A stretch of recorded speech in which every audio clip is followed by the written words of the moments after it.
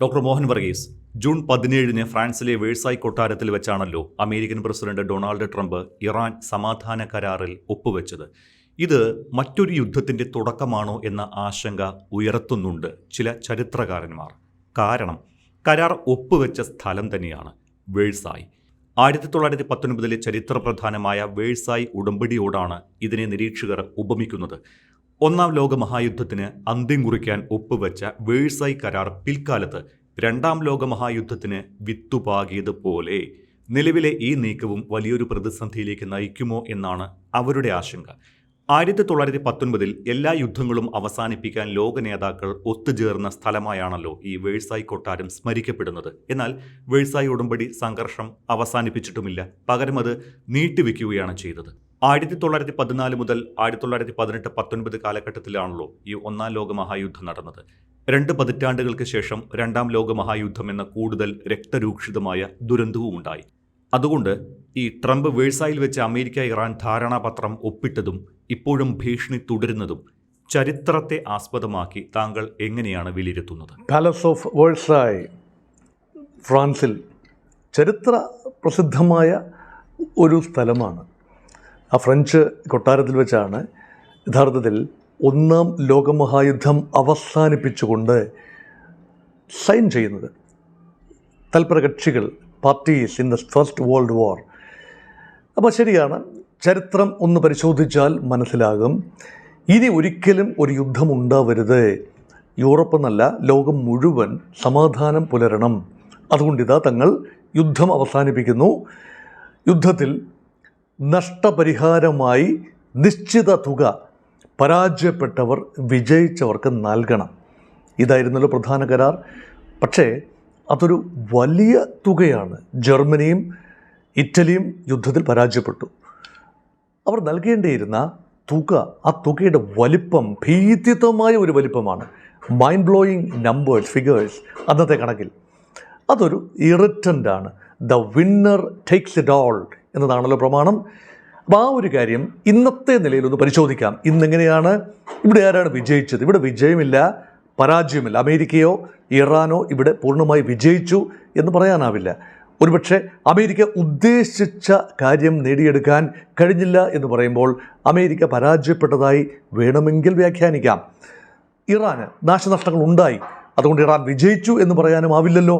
അതുകൊണ്ട് അമേരിക്കയോ ഇറാനോ വിജയത്തിലോ പരാജയത്തിലോ നമ്മൾ അസസ് ചെയ്യാതെ അതിനെ യുദ്ധത്തിൻ്റെ ഒരു പര്യവസാനം എന്ന നിലയിലും ഭാവി സമാധാനത്തിൻ്റെ ഒരു റോഡ് മാപ്പ് എന്ന നിലയിലും വേണം ഇപ്പോഴത്തെ ജനീവയിൽ വെച്ച് നടക്കുന്ന സമാധാന ചർച്ചകളെ കാണാൻ. മാത്രമല്ല, ഇപ്പോൾ എന്നോട് ചോദിച്ചിരിക്കുന്നത് ഡൊണാൾഡ് ട്രംപ് ഫ്രാൻസിൽ വേഴ്സായ് കൊട്ടാരത്തിൽ വെച്ചാണ് ഈ ധാരണാപത്രം ഒപ്പുവെച്ചിരിക്കുന്നത്. അതുകൊണ്ട് വേഴ്സായ് കൊട്ടാരത്തിൽ വെച്ച് ഒപ്പിട്ടത് കൊണ്ട് ഒന്നാം ലോകമഹായുദ്ധത്തിൻ്റെ സമാധാന ഉടമ്പടിക്ക് സംഭവിച്ച അതേ പരാജയം ഒരിക്കൽ കൂടി ഉണ്ടാകുമോ എന്നാണ് ചോദ്യം. എങ്കിൽ അത് ആപേക്ഷികമാണ് എന്നതാണ് ഉത്തരം. അതിനുള്ള കാരണങ്ങൾ കൂടി പറയാം. രണ്ടാം ലോകമഹായുദ്ധം പൊട്ടിപ്പുറപ്പെടുന്നത് തടയാൻ വേഴ്സായ് ഉടമ്പടിക്ക് കഴിഞ്ഞില്ല. ഞാൻ സൂചിപ്പിച്ച വളരെ വലിയ തുക കോമ്പൻസേഷൻ എന്ന് പറയുന്നത് ജർമ്മനിക്ക് താങ്ങാനാവുന്നതായിരുന്നില്ല, അത് ഇറ്റലിക്കും താങ്ങാനാവുന്നതായിരുന്നില്ല. അങ്ങനെയാണ് ജർമ്മനിയിലും ഇറ്റലിയിലും ഏകാധിപത്യ ശക്തികൾ ഉയർന്നത്. Ultra nationalism, state is the March of God എന്ന ഹെഗലിൻ്റെ സിദ്ധാന്തം അഡോപ്റ്റ് ചെയ്തുകൊണ്ട്, ഹെഗലിയൻ ഡയലക്റ്റിക്സ് ആഗിരണം ചെയ്തുകൊണ്ട് വലിയ രീതിയിൽ ജർമ്മൻ സ്റ്റേറ്റ് മുന്നോട്ട് പോയി. അപ്പോൾ അത് മാർക്സിൽ നിന്ന് കുറിച്ചുമെടുത്തുകൊണ്ട് ഒരു വേറൊരു രീതിയിൽ തിയറി ഉണ്ടാക്കി, കമ്മ്യൂണിസം തിയറി ഉണ്ടാക്കി.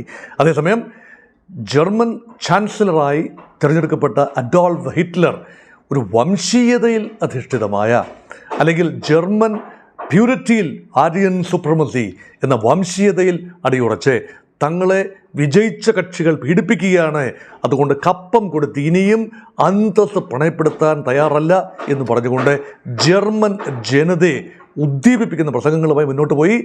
ജർമ്മൻ ജനത ചാൻസലറോടൊപ്പം നിന്നു. ജർമ്മൻ ജനത ആദ്യമൊക്കെ ഹിറ്റ്ലറോടൊപ്പം നിന്നു. അതുകൊണ്ടാണ് ഏകാധിപത്യം കടന്നു വരുന്നത് ആ രൂപത്തിലാണ്. അതുകൊണ്ട് ഒരു പൂർണ്ണമായും പരാജയപ്പെട്ട കക്ഷികളെ പൂർണ്ണമായും തകർക്കുന്ന രീതിയിൽ കരാർ വ്യവസ്ഥകൾ ഉണ്ടാക്കിയാൽ ഉള്ള പരിണിത ഫലം എന്താണ്? റെസിസ്റ്റൻസ് ഉണ്ടാകും, ആഭ്യന്തരമായ റെസിസ്റ്റൻസ് ഉണ്ടാകും. അപ്പോൾ ഇറാൻ ഇവിടെ പരാജയപ്പെട്ടു എന്ന് കരുതാനാവില്ല. പക്ഷേ ഇറാൻ്റെ മേൽ വ്യവസ്ഥകൾ അടിച്ചേൽപ്പിക്കുകയാണ് എങ്കിൽ ഇറാൻ ജനത ഇന്നല്ലെങ്കിൽ നാളെ ആ രീതിയിൽ ഉയർത്തെഴുന്നേക്കും. ഇപ്പോഴത്തെ നേതൃത്വമോ ഇതിനേക്കാൾ റാഡിക്കൽ നേതൃത്വമോ വന്നെന്നിരിക്കാം. ഇപ്പോൾ തന്നെ നോക്കൂ, ആയത്തുള്ള അലി ഖൊമേനിയുടെ നേതൃത്വത്തെ മാറ്റിയിട്ട് മറ്റൊരു നേതൃത്വമാണ് വന്നത്. അതേ സ്ട്രാൻഡുള്ള പക്ഷേ അതിനേക്കാൾ തീവ്ര വികാരമുള്ള ഒരു നേതൃത്വമാണ് ഇപ്പോഴുള്ളത്. അമേരിക്ക അങ്ങനെയാണ് പുലിവാളിൽ പിടിച്ചത്. ആയത്തുള്ള അലി ഖൊമേനി ഉണ്ടായിരുന്നപ്പോൾ കുറേയൊക്കെ സംയമനത്തിലൂടെ, സമവായത്തിലൂടെ, പാരസ്പര്യത്തിലൂടെ കാര്യങ്ങൾ മുന്നോട്ട് കൊണ്ടുപോകുമായിരുന്നു. പക്ഷേ ഇപ്പോൾ IRGCയുടെ തലപ്പത്തുള്ള ആളുകളും അതേപോലെ തന്നെ മുജ്തബ ഖൊമേനിയും കുറച്ചുകൂടി ഹാർഡ് ലൈനർ രീതിയിലാണ്.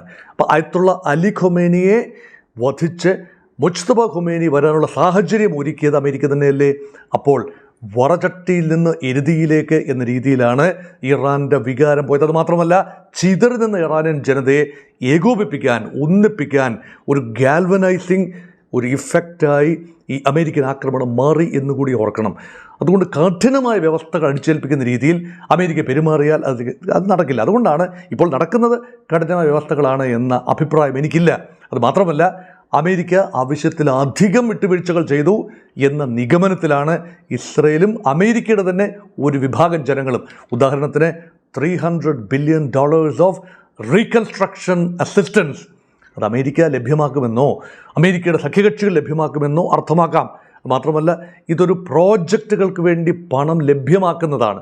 നേരിട്ട് അമേരിക്കൻ ഖജനാവിൽ നിന്നും എടുത്ത് ഇറാന് കൊടുക്കുന്നതാകണമെന്നില്ല. അത് മാത്രമല്ല, ഇറാൻ്റെ ആസ്തികൾ മരവിപ്പിച്ചത് വിട്ടുകൊടുക്കുന്നു എന്നത് ഗുഡ്വിൽ ജസ്റ്ററാണ്. $25 ബില്യൺ വിട്ടുകൊടുക്കുന്നു എന്നത് ഗുഡ്വിൽ ജസ്റ്റർ കൂടിയാണ്. ഇപ്പോൾ കഴിഞ്ഞ ദിവസം ജനീവയിൽ വെച്ച് നടന്ന ചർച്ചകളിൽ ഏകദേശ ധാരണയുണ്ടായി. ഖത്തറിലെ മരവിപ്പിക്കപ്പെട്ട ഇറാനിയൻ ആസ്തികളിൽ $6 ബില്യൺ വിട്ടുകൊടുക്കാൻ ഖത്തർ ധാരണയായി. ഇപ്പോൾ ഖത്തറിൻ്റെ പ്രതിനിധികളും ജനീവ സംഭാഷണത്തിൽ ഉണ്ട് എന്നോർക്കണം. പാകിസ്ഥാൻ പ്രതിനിധികളുണ്ട്, ഖത്തറുണ്ട്, അതുപോലെ ഈ മുഖം നോക്കി നിൽക്കുന്ന അമേരിക്കയും ഇറാൻ്റെയും പ്രതിനിധികളുണ്ട്. പക്ഷേ അവിടെ ഉണ്ടായ ഒരു ധാരണ എങ്ങനെയാണ്? ഇതൊരു തുടക്കം എന്ന നിലയിലാകുകയാണെങ്കിൽ ഗുഡ്വിൽ ജസ്റ്ററാണ്.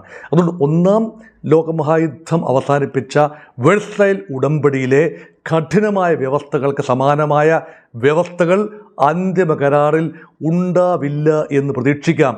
ഉണ്ട് എങ്കിൽ അതിനർത്ഥം ഇറാനിൽ മറ്റ് ഫോർമേഷൻസ് ഉണ്ടാകാം.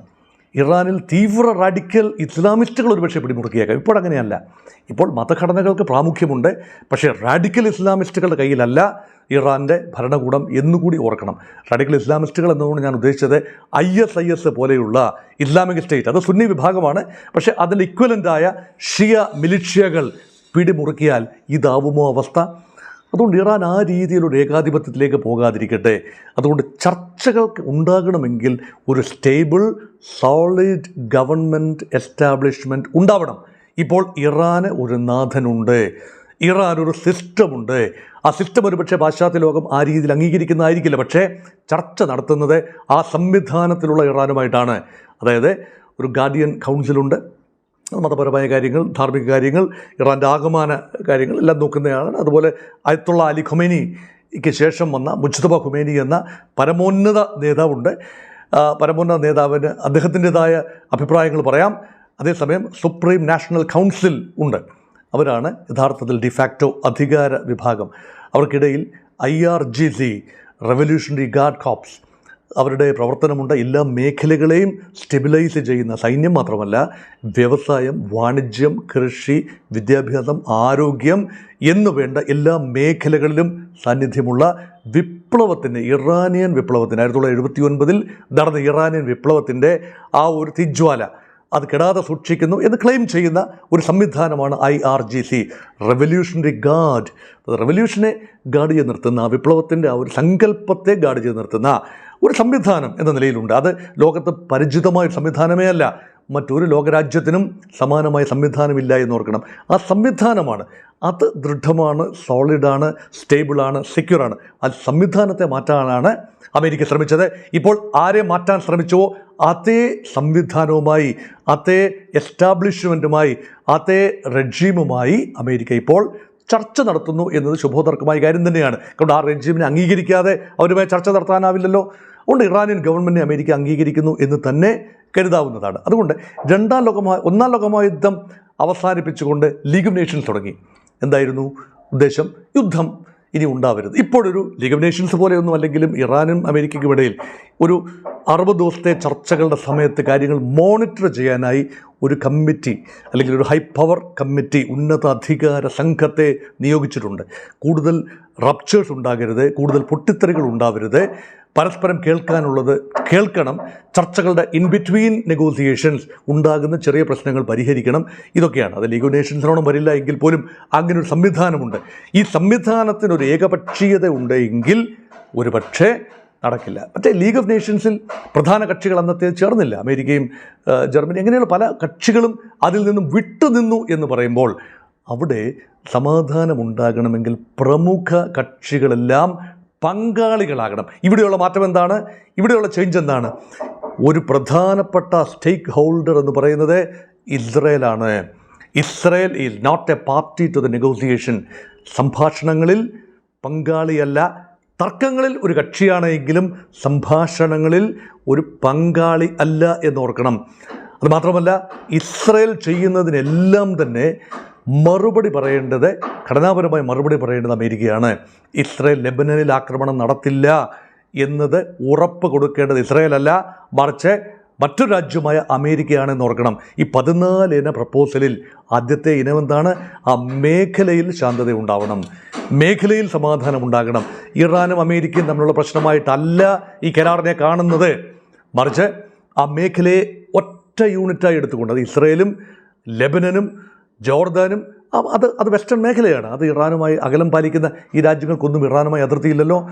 ഈ ഇറാനുമായി അതിർത്തി ഇല്ലാത്ത രാജ്യങ്ങൾ ഉൾപ്പെടെയുള്ള രാജ്യങ്ങൾ, അവരുമായി പോലും അവരുടെ ഇടയിലും പ്രശ്നങ്ങൾ ഉണ്ടാവരുത് എന്ന് പറയുമ്പോൾ ഇറാൻ ഒരു കോംപ്രഹെൻസീവ് ഫീൽഡിലാണ്.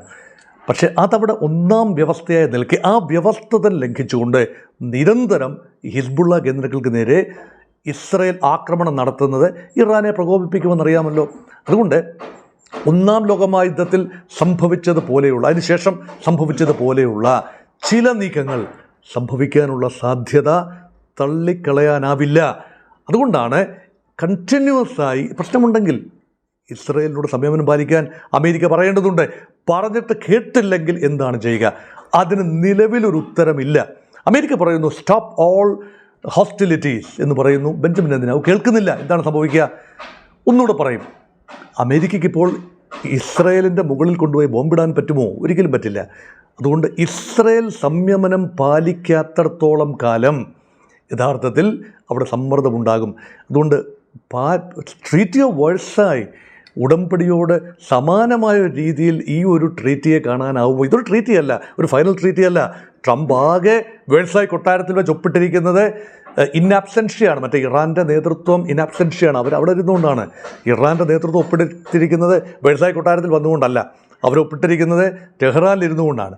പിന്നീട് ഒരുമിച്ച് വന്നുകൂടിയിരിക്കുന്നത് ഇപ്പോൾ നിലവിൽ ചർച്ചകൾ നടക്കുന്നത് ഫ്രാൻസിലല്ല, സ്വിറ്റ്സർലൻഡിലാണ്, സമീപ രാജ്യത്താണ്, ജനീവയിലാണ്. അതുകൊണ്ട് സമാനതകൾ ഒരു ലെവൽ വരെ മാത്രമേ ഉള്ളൂ. ഇപ്പോൾ ഈ ചോദ്യത്തിൻ്റെ പ്രധാനപ്പെട്ട ഉദ്ദേശം ഇത് തകരാൻ ഉദ്ദേശിച്ചുകൊണ്ടുള്ള ട്രീറ്റി ആണോ എന്ന് ചോദിച്ചാൽ ഒരുപക്ഷെ ഇറാനോ അമേരിക്കയ്ക്കോ പൂർണ്ണമായ ഒരു മാനസികാവസ്ഥയിൽ എത്തിയിട്ടില്ല. ഈ ട്രീറ്റി ഒപ്പിടാനുള്ള പൂർണ്ണമായ മാനസികാവസ്ഥയിൽ എത്തിയിട്ടില്ല ഇതുവരെ. നാളെ എത്തില്ല എന്നൊന്നും പറയാനാവില്ല. ഇതുവരെ എത്തിയിട്ടില്ല. വല്ലാത്ത മുറിവുകളുണ്ട്, ആഴത്തിലുള്ള മുറിവുകൾ ഇറാൻ്റെ മനസ്സിലുണ്ട്. അതുകൊണ്ടാണ് അവർ ഹസ്തദാനം പോലും ചെയ്യാൻ വിസമ്മതിച്ചത്. അതുകൊണ്ട് ഈ ഒരു കമ്പാരിസൺ പ്രഥമ ദൃഷ്ട്യാ അത് വേഴ്സായ് കൊട്ടാരം എന്നത് മാത്രം വെച്ചുകൊണ്ട് നമ്മൾ അനലൈസ് ചെയ്യുന്നതിൽ വലിയ കാര്യമില്ല എന്നതാണ്. ഇത് പുതിയൊരു നൂറ്റാണ്ടാണ്, പുതിയ പാരഡൈംസാണ്. ഈ തർക്കത്തിൻ്റെ വിഷയം മറ്റു ചിലതാണ്. ടെറിറ്റോറിയൽ എക്സ്പാൻഷൻ ആയിരുന്നു അന്ന് വിഷയം, ഇല്ലേ? യുദ്ധം, ടെറിറ്റോറിയൽ എക്സ്പാൻഷൻ. ഇപ്പോൾ എക്സ്പാൻഷൻ നടത്തുന്ന ആരാണ്? ഈ രണ്ട് രാജ്യങ്ങളുമല്ല, ഇറാനുമല്ല, അമേരിക്കയുമല്ല, മറിച്ച് ഇസ്രയേലാണ് ടെറിറ്റോറിയൽ എക്സ്പാൻഷൻ നടത്തുന്നത്. ലെബനൻ്റെ തെക്കൻ ഭാഗം 10% ടെറിട്ടറി, ലിറ്റാനി നദിയുടെ തെക്കുള്ള പ്രദേശം ഇസ്രയേലി സേനകളുടെ കയ്യിലാണ്.